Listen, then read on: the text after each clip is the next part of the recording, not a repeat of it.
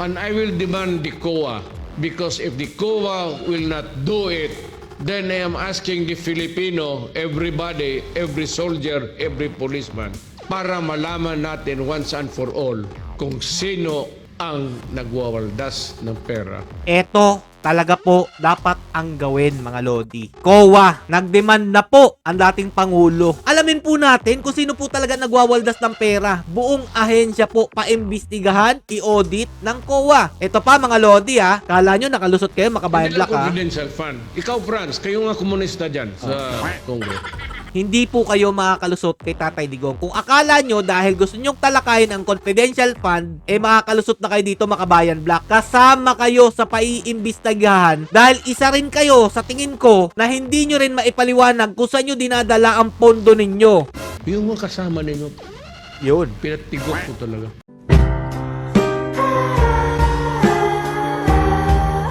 Yo, what's up mga Lods? It's Miguel Peps TV. Welcome back po sa ating YouTube channel at sa ating Facebook page. Nagsalita na po si former President Rodrigo Roa Duterte about po dito sa issue ng pampapaimbestiga daw po kay VP Sara Duterte. Ukol daw po doon sa confidential funds na 19 days or 11 days daw po ginasta, 125 million, etc. etc. po mga Lodi. Siguro hindi na ako po nakapagtiis ang ama po ni VP Sara Duterte. Ukol po dito para po maging patas sa lahat mga Lodi. Hindi po tayo anti-government, hindi po tayo kontra kay Pangulong Bongbong Marcos. Ito po talaga ang sa tingin ko magiging solusyon para dito sa tinatalakay nila mga Lodi confidential fund.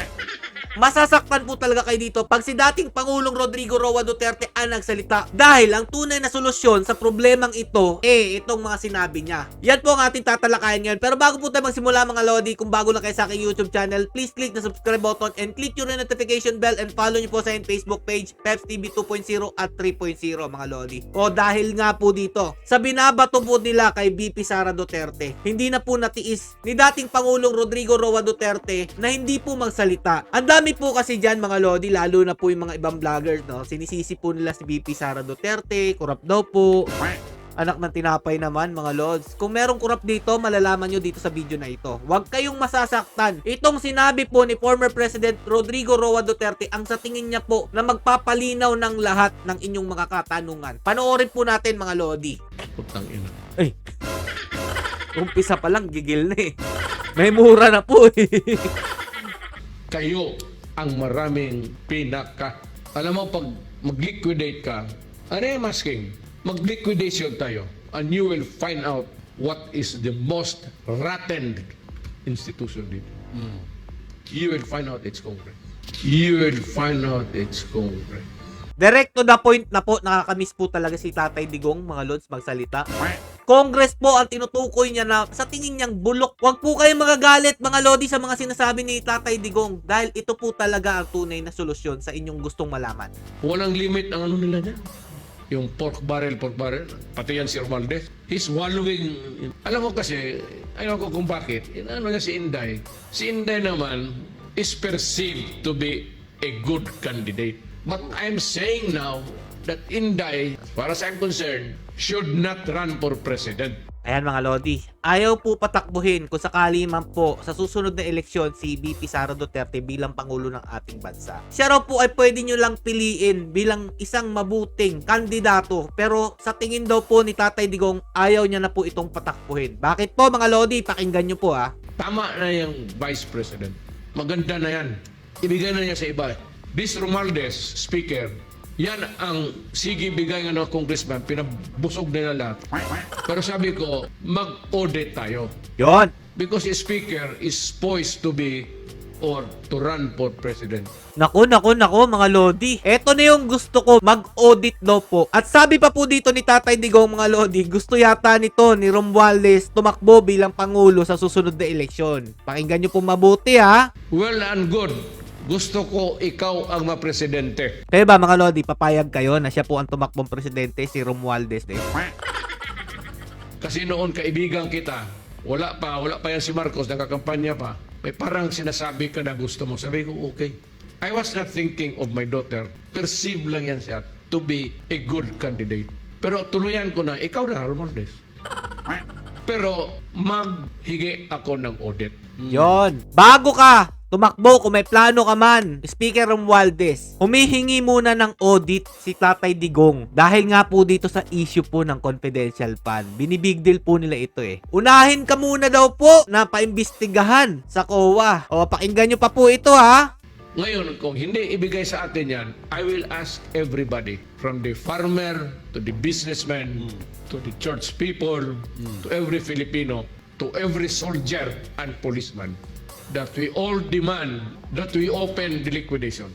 Lahat para malaman rin namin kung paano ninyo winaldas ang pera namin. Ito talaga ang tama. Kung gusto nyo paimbestigahan ang confidential funds, paimbestigahan po lahat. Kasama po dito si Speaker Romualdez, mga Lodi, paimbestigahan sa COA.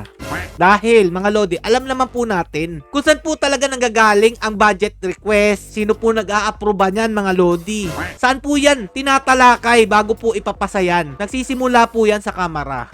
Oh, ito pa. Tuloy pa po natin dahil po gusto po ng liquidation ni Tatay Digong sa lahat. Hindi lang po sa Office of the Vice President, hindi lang po kay President Bongbong Marcos, lahat po ng ahensya paimbestigahan. Ito po, mga Lodi. And I will demand the COA, because if the COA will not do it, then I am asking the Filipino, everybody, every soldier, every policeman, every farmer, to demand para malaman natin once and for all kung sino ang nagwawaldas ng pera sa Pilipinas.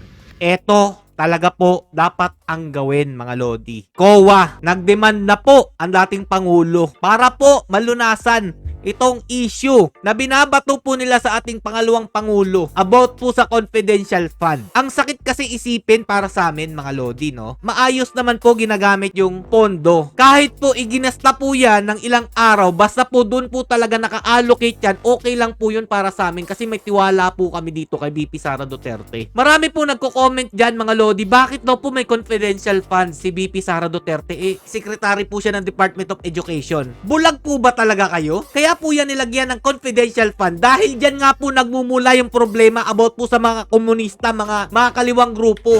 Yung pagre-recruit po nila ng mga estudyante sa eskwelahan po nagmumula. Hindi pa rin po ba ninyo alam yun? So nagtatanong pa rin kayo bakit meron siyang confidential fund? Kaya ngawa na ngawa po itong Makabayan Black, bakit daw po masyadong hinihigipitan? Kailangan ng ROTC ng eskwelahan? Dahil nga mawawalan po sila ng marirecruit kapag napanghawakan na po ng gobyerno ang mga eskwelahan. Ang pumapabor lang po dito na wag bigyan ng confidential funds si VP Sara Duterte para po sa Department of Education yung mga kaliwang grupo dahil mawawalan po sila ng puwersa. Huwag po kayo masasaktan sa mga pinagsasabi ni Tatay Digong. Prangka po ito at straight po talaga na solusyon dito po sa iniiyak-iyak po nila. Lalong-lalo na po yung mga vlogger na kung ano-ano mga pinagsasabi hindi naman po nila alam ang ibig sabihin ng confidential. Search nyo po sa Google anong meaning niyan. So, gusto nyo paimbestigahan? O sige, alamin po natin kung sino po talaga nagwawaldas ng pera. Buong ahensya po paimbestigahan, i-audit ng COA. Ito pa, mga Lodi ha. Kala nyo nakalusot kayo, Makabayan Hindi Black lang ha. confidential fund. Ikaw, Franz, kayo nga komunista dyan sa Congo. Hindi po kayo makakalusot kay Tatay Digong. Kung akala nyo dahil gusto nyong talakayin ang confidential fund, makakalusot na kayo dito, Makabayan Black. Kasama kayo sa paiimbestigahan dahil isa rin kayo sa tingin ko na hindi nyo rin maipaliwanag kung saan nyo dinadala ang pondo ninyo. Baka sa bukid ba? Sa mga kabataan ba? Baka lang naman. Mas maganda talagang malaman at masagot ninyo, isahan na lang buong ahensya ng gobyerno. I-explain nyo, mag-liquidate kayo para naman matapos na po itong katanungan nyo kung sino po ba talaga ang nagwawaldas ng pera ng taong bayan. Kasi silang grupo, mga Lodi, nagbabato lang sila ng putik. Hindi nyo nakikita na sila rin po, baka hindi rin nila ma-explain kung saan nila dinadala ang kanilang mga pondo at nire-request ng mga budget dyan po sa Kongreso. Tama po ba ako? Marami pong magagalit kay Tatay Digong pero kung kayo po'y malawak ang pag-unawa ninyo, maiintindihan nyo na wag lang po puro tutok kay VP Sara Duterte. Lahat po kayo merong tinatagong baho. Eto pa po, mga Lodi. Yung mga left, how did you spend the money on Yun, yan ang maganda. Do not make yourselves an exception. Ako, Presidente, open. You go back in time, buksan mo lahat. Totoo to. Dahil nung presidente si Tatay Digong, lahat po ng ginagasta niyang budget o pera, alam po ng taong bayan. Na meron pa po silang meeting na mga opisyal para malaman kung saan napupunta yung pondo o yung budget. Dapat open. Kung gusto nyo palang imbestigahan ng confidential fund, open natin lahat to. Dahil kung paiimbestigahan yung confidential fund, malaking katanungan talaga yan. Confidential fund, pinaimbestigahan nyo, pero yung sarili nyong ahensya, hindi nyo pinaiimbestigahan, di ba? O, sige. Mayor, ako, taga Davao, kilala mo ninyo ako. Gaganito ba kaganda ang Davao kung niwaldas ko yung discretionary fund ko, intelligence fund. Gaganito kaya, you know the history of Davao. Nandiyan si Pastor. Kayo lahat, you're a living witness. Now maganda ang Davao. How did it came about? Kinain ko yung intelligence fund. Ang intelligence fund, binili ko, pinapatay ko lahat. Kaya ganun ang Davao. Kaya ayaw po nila dito sa intelligence fund, mga Lodi, yung Makabayan Black. Ito po yung sagot dyan. Kung saan po dinala ni Tatay Digong ang kanyang intelligence fund, yan po yung kinakatakot nitong mga nasa harapan ninyo. Bakit kayo matatakot sa intelligence fund kung wala naman po kayong koneksyon dito po sa pagsugpo ng mga makaliwang grupo? Diba? Tama? Kaya maraming sumuko na mga namundok nung time po ni Tatay Digong. Yun po ang dahilan talaga. Yung mga kasama ninyo, Yun. pinatigok ko talaga. Yun ang totoo. Yung mga kasama nyo daw, Franz, Raul Manuel, Brosas, doon po napupunta ang confidential fund. So eto na mga Lodi, punta tayo dito. Dating Pangulong Rodrigo Roa Duterte, pati Pangulo pa iimbestigahan. Wag po kayo masyadong mag-overthink dito. Wag po kayong OA ha. Hindi po porket pinaiimbestigahan ni Tatay Digong si PBBM, ayaw nyo na po dito o kontra po siya dito. Lawakan nyo po ang isipan nyo at panoorin nyo po itong video na to bago kayo magngangawa dyan. Okay? Hindi po natin kalaban si Tatay Digong. Painggan nyo pong mabuti ito. Kaibigan ba natin si Bongbong? Kaibigan. Pero para wala ng make COA the guardian of the people's money. Open up everything including yours, kayong taga-COA.